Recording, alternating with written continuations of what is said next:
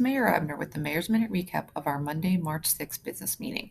We continue to celebrate our bicentennial All-Stars with recognizing one historical figure and one community figure that has contributed to our 200 years of history each month.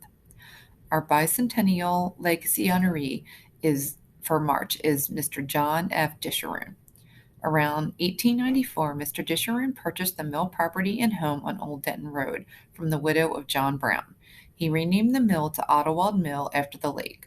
The old paddle wheels were supplanted with a group of powerful turbines, which allowed farmers to have their corn ground in a day instead of weeks.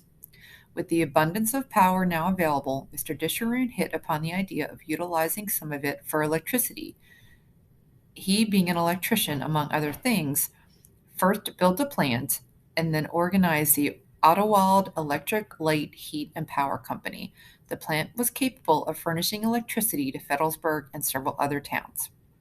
He brought electricity to the town for the first time when his house, known as Herring Hill, became the first home in Fredericksburg to have electric lights. Around 1908, he lacked the funds to expand, so he found some investors in Fredericksburg and was able to extend his electric lines to Hurlock and East Newmarket, and then later also furnished electricity to Preston and Secretary.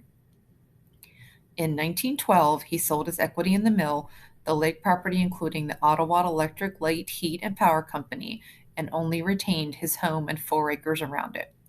The stockholders operated the business until 1914, when they sold it to Eastern Shore Public Service Company. In 1915, the Ottawald Mill burned and it was never rebuilt. Our community bicentennial honoree for the month of March is Mr. Stanford Ricks. Stanford was born in Milford, Delaware, and he has lived in Fredericksburg for 35 years. He was one of 13 children, and his parents taught him to be hard workers. His mother and father also taught them they could be successful if they worked hard. After high school, Stanford joined the United States Air Force, where he served 4 years. After serving in the Air Force, he attended Salisbury State College for 4 years.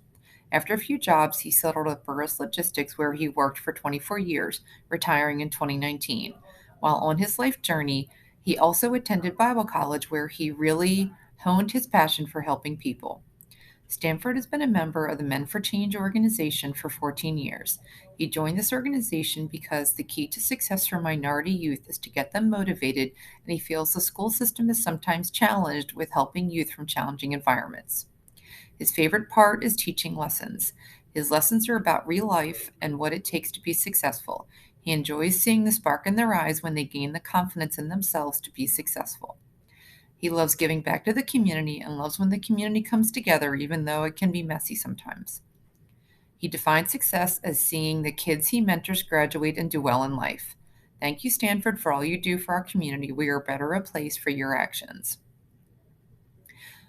As part of our continued election reform, Mayor and Council introduced Resolution Number 2023-04, a resolution of the Mayor and Council of Fredericksburg amending Article 2 of the Fredericksburg Town Charter to change the date of the 2027 election from 2027 to November 2028 and the 2029 election from September to November 2030. Extending the terms of the council members elected in 2023 and 2025 from 4 years to 5 years, and to establish legislative districts and extend the term of the mayor from 2 years to 4 years, and set a public hearing for April 3rd, 2023. Mayor and Council also introduced Resolution Number 2023-05, a resolution of the Mayor and Council of Fredericksburg amending Article 3 of the Fredericksburg Town Charter to reduce the residency duration required to qualify as a candidate for the election from 3 years to 1 year, and to change the first meeting of the Mayor and Council from October to December following an election, as well as set the public hearing for April 3rd, 2023. Previously entered resolutions of 2023-02 and 2023-03 will be abandoned, and the public hearings on the resolution 2023-01, 2023-04, and 2023-05 will be held on April 3rd. As a reminder, the details of the full resolutions can be found at www.townoffredericksburg.org, and no actions have been taken yet. In the public hearing on April 3rd is the public hearing where the community can participate in the process and comment on each resolution. Mayor and Council approved the residential trash collection request for qualifications and bid proposal to be advertised. The 2022 annual report is in its final edits and will be posted soon on various media outlets. Mayor and Council also received an update on our capital projects. The Marina Park Wetlands and Stormwater Management Project, 2 bids were received. Staff are reviewing the bids, and the winner will be announced at a future meeting. As far as 115, 117 North Main Street building repairs, the town did not receive any bids for the work, so we will be moving forward with finding contractors that are interested in working on this building to get it in shape for sale. The advanced metering infrastructure water meter project is in full swing. The test implementation block are reporting well. And as a reminder, the installation of the remaining meters are in progress, and users will be notified of the schedule. And reminder that though due to weather conditions, the schedule may need to be adjusted. We will use social media and post on the website as schedule changes. As a reminder, we did not raise rates. You may experience a higher water bill because of the new meters are more accurate. Mayor and Council also received a report on our Small Business Revolving Loan Fund.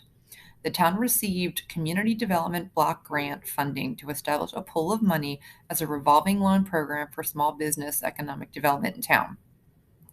The Maryland Department of Housing and Community Development, also known as DHCD, is a state regulatory agency administering the overall program. Over the years, the revolving loan program has had successes and failures in sparking the town economic development. The town took possession of 115, 117 North Main Street building as a result of the revolving loan default, since the building was served as collateral for the loan. As of this date, there are still 2 outstanding loans. While the current participants are meeting their loan obligations, the program has not succeeded, and the funds meant for community development remain dormant. Mayor and Council have asked to be able to have these funds converted to other community uses. At present, all funds on hand and accumulated interest total $617,975 and can be used for eligible expenditures, including parks, playgrounds, recreational facilities, sidewalks, and ADA compliant curb ramps on major thoroughfares, as well as water and sewer facilities. These funds cannot be used as cash or to fund activities or programs. We also received a report on the Maryland Sustainable Community designation. Our designation will sunset on August 21st, 2023. The town was first designated on August 21st, 2015, and the designation must be renewed every 5 years. Sustainable Communities Program is a place-based designation offering a comprehensive package of resources that support holistic strategies for community development, revitalization, and sustainability, and staff are actively working on renewing this designation. We had our first official 2023 bicentennial event this past Saturday, March 4th, at the Historical Society, and we did not disappoint. Thank you to the families that participated in the digital scavenger hunt. We had a great time, and we hope that you would learn something about the town and its history and have a little fun with your family in the making. Here's a list of what you missed if you didn't do the scavenger hunt. We hope you get out and see some sights around town. In addition to the digital scavenger hunt, we unveiled the 13 decorated sturgeon that were decorated by sponsors, and they were absolutely amazing. Last spring, I had a vision of public art in Federalsburg to celebrate our bicentennial year.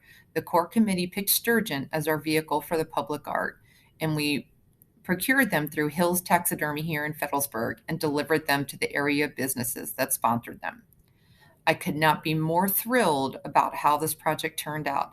The care and dedication every sponsor took of their sturgeon showed in the details. So there's something fishy at the museum until mid-April. After that, they will be placed out around town. Attendees did get to vote on their favorite fish on Saturday, but we will be running a campaign online for people to vote for their favorite fish. The owner of the winning fish will get quite a catch as an award. So stay tuned for details on voting. As a few reminders, our next Bicentennial Festival is on Saturday, May 20th. This is a free community event that is scheduled from 2 to 10 downtown. We are working on times for all of the events throughout the day. Things include food, a parade, live music, rides, the Federalsburg Flotilla on the Marshy Hope, and fireworks. The committee is working on the details, and if you would like to be a vendor or know someone who would, please have them email 200years@federalsburg.org. Events are also posted on Facebook, and more details to all events will be posted on www.200yearsinthemaking.net. That's all for our recap. Thank you and have a great weekend.